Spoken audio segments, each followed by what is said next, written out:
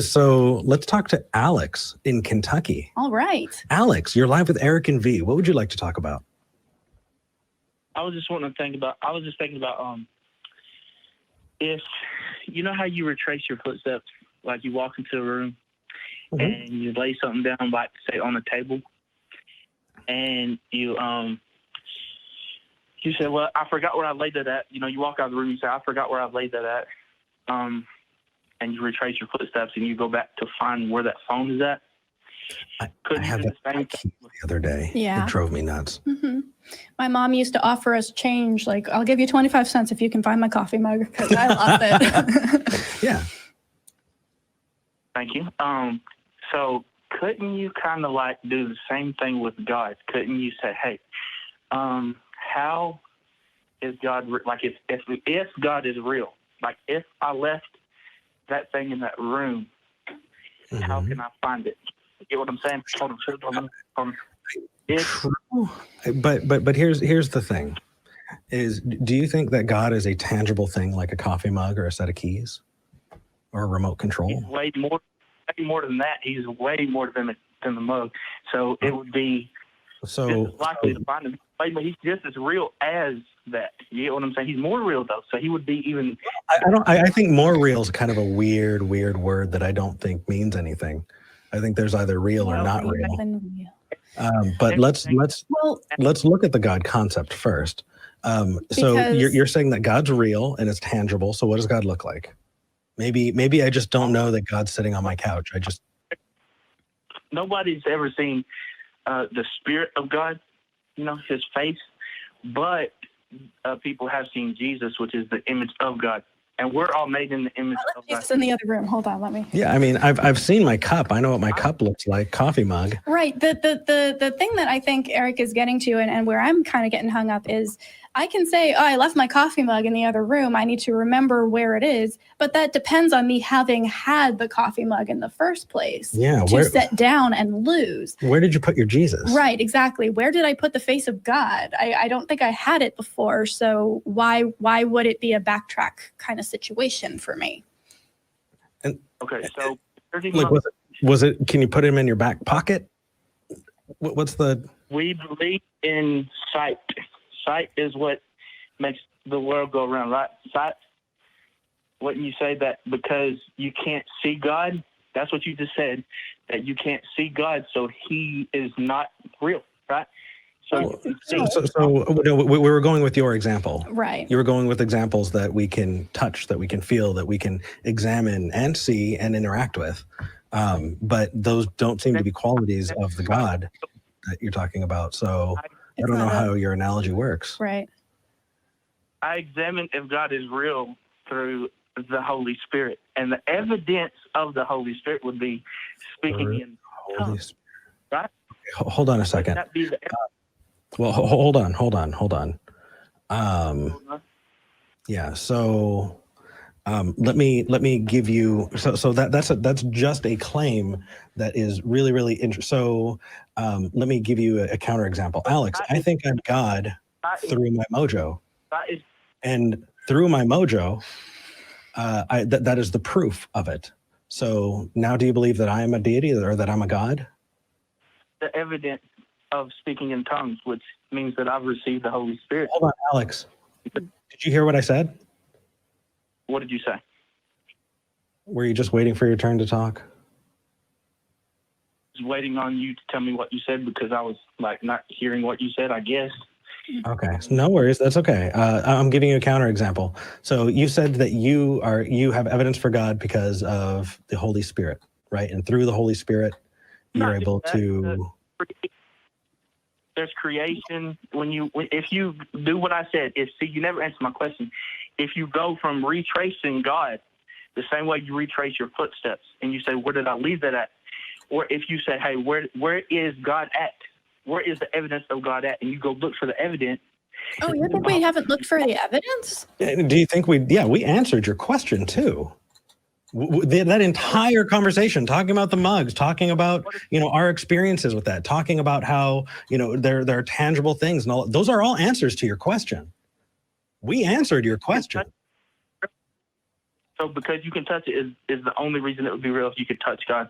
No, you're using examples of something you can touch to prove God, and we are saying we can't touch God. So your analogy doesn't work. Give us a better analogy.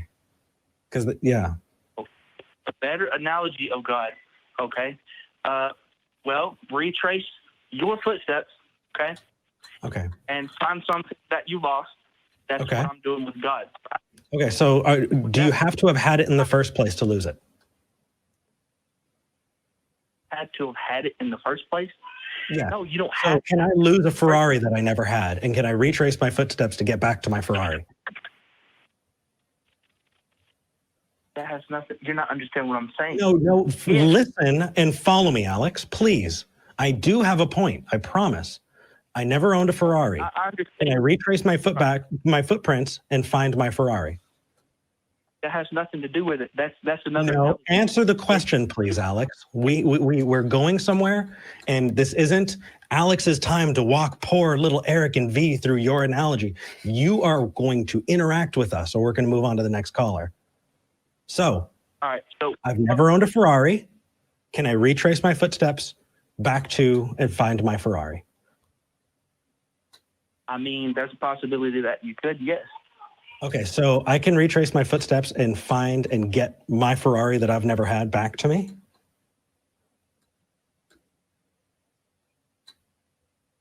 If you never had a Ferrari, why would you be trying to retrace your steps? Exactly. Exactly. We never had a Right. God, so how would retracing our steps help? If you think that there could be a Ferrari that you had, why would you think that there would be a Ferrari that you had if you didn't have one? That's not my point. My point is if there's evidence, you're looking for evidence. You're saying if there is evidence. No, hold on. That's not how your analogy works. Yeah. Alex, I don't know if you see that the analogy you gave doesn't work. I just gave you a clear example, and your response is perfect. I agree with you. It is just also true for God. To say if I had a Ferrari, where would I have left it at? Agreed. If So I have evidence, we're not looking for a Ferrari. We're looking for evidence. If there's evidence that God does exist, could I go back through the Word and find out if God exists? Why do you assume we haven't done that? What? Why do you assume that we haven't looked through the evidence that used to convince us and determine if it still does? That's what we did. That's how we became atheists. No, not to determine if it still convinces you, to determine if God actually exists. the ontological question of it, sure. Nobody So no one's ever proven it wrong. No one's ever proven it wrong. What is it? It's not first be clear about your claim. So it sounds like we are completely ditching your analogy, which is fine. Proven what wrong, Alex? What's the answer to that question? How do you prove that God's not true if you use the Bible? And people say you can't prove it if you use the Bible. Well, that's the only evidence that we have. Can you prove that God is not true using the Bible? Is that your statement? My statement is if you want to know if God is real and you use the only evidence that's given and you go back through that evidence and you can't prove the evidence wrong, then you must believe that evidence until some better evidence comes along. That's Got it. So you will believe the thing until you can prove it wrong. So do you believe in Bigfoot? You believe in a thing till you prove it wrong. Yeah, I mean that's the process that you just gave, Alex. So do you believe in Bigfoot? Yes or no? I've never been talked to by Bigfoot. Bigfoot doesn't have a Bible. Okay, hold on. Just a yes or no. That's all. Do you believe that Bigfoot exists? He doesn't impact my life. No. Don't care. Yes or no. Do you believe that Bigfoot exists? No, I don't. But do you? Okay, hold on. Stop. I'm glad you answered the question. No, you don't believe that Bigfoot exists. So we're using your process now, Alex. How did you prove that Bigfoot doesn't exist? How did I prove it? I've never proven it before. Okay, so why are you using that process when you're talking about God? You're saying it has to be proven false. No one's ever proven it false. So That's why you have to believe it. So you haven't proven Bigfoot false. Alex, you cannot listen with your mouth open. Oh, but I can't talk with my mouth open.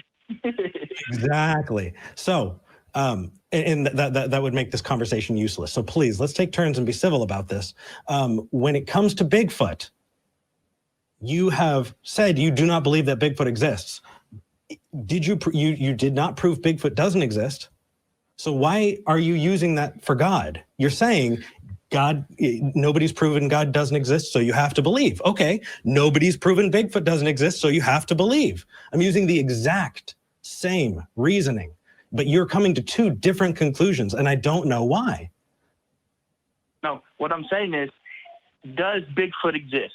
Let's examine that. Does Bigfoot exist? Where is his proof? Where's the evidence that Bigfoot exists? It's not in a picture. You know, that's not for God, right? Like, we don't say God is in a picture, so we believe him because he's in a picture. I agree. I think we need better evidence for both of them. No, we have all the evidence we need. Well, for Bigfoot or for God? You don't want to see it. I guarantee you there are websites and websites dedicated to Bigfoot. You know, I'm right. That's why you're trying to use all these analogies on me so that you can sound right. But well, your analogies are my analogies. Like, we're using yours. We're just thinking about them a little more, maybe. No, I'm thinking thoroughly, but I'm not trying to argue. I'm trying to let you know that you still haven't answered my question. If we're trying to find Bigfoot, wouldn't we do the same thing? Wouldn't we go back and say, okay, where's the evidence for Bigfoot? Where's Bigfoot's evidence? I'm pretty sure you haven't asked that question, but I'm happy to respond. We are going down a little bit of a rabbit trail here. Is this still the conversation that we're having about retracing your footsteps? Yes, it is. How do you retrace Bigfoot's footsteps? How do you find Bigfoot in the evidence? Where's the evidence? I agree. I don't think there is any.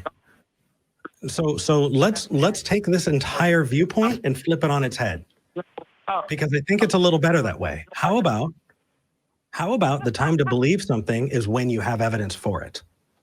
That's when you believe a thing.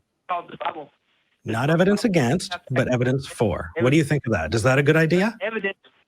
Can we be on board with that, Alex? What is gravity? Alex? Tell me. Yes. What did I just say?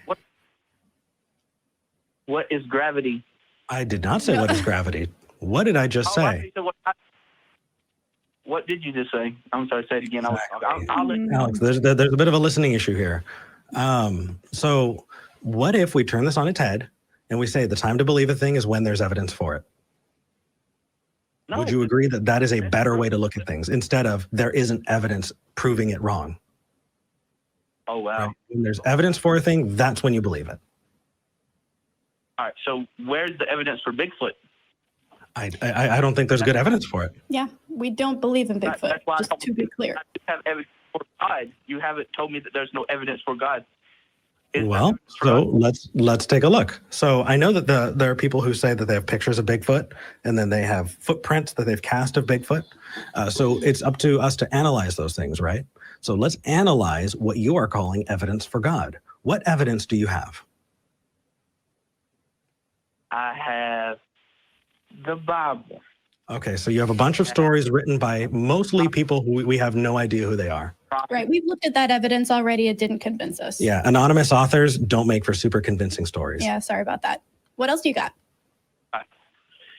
Okay, so you're saying that just because you don't know a person, that 100% they're lying. No, that's not true. No. But I will be skeptical about weird claims. So I don't need to know you, right? Call Alex. I don't know you. I don't know what you had for breakfast. But if you tell me, I'll believe you. Sure. But if you say something miraculous, then I'm gonna need a lot more evidence for that. So when it comes to benign claims about made by unknown authors, this place existed. Okay, fine. This person went to this place. Okay, fine. Their name was this. Okay, whatever. They walked on water. Okay, now we should probably take a more skeptical eye at that. And then add on to that, they walked on water, and if you don't believe that your eternal soul, which apparently is a thing, is in danger, then we really need some proof to back that up. Because if not only are we supposed to believe that this claim is true, but also that it's going to impact us today, right now, and adjust how we live our lives, that requires a whole lot more evidence than someone in a book said something once. Okay, you talked and talked and talked, and okay, let's just say this: if you wanted to take, see y'all, that's what y'all are good at this. Y'all are good at this. Let me see. We've practiced, but here's the thing. Here's the one that benefits you the most. Alex? You rambled. Hello? Yeah, this is me. You rambled and made me forget my thought. That's okay. Actually, that happens when you actively listen. I appreciate that you were actively listening. That meant that you were following along with the conversation more than you were just holding on to something. You kept rambling and made me forget my thought. Yeah, we answered your question, Alex. But here's the thing. You can be good at this too. You can watch this call back. And after you watch this call back, you can go, okay, here's where they were at. And you have an entire week. And if you don't want to call next week, you have weeks and weeks, as long as you want, to take your time, go through it, and come back. Yeah.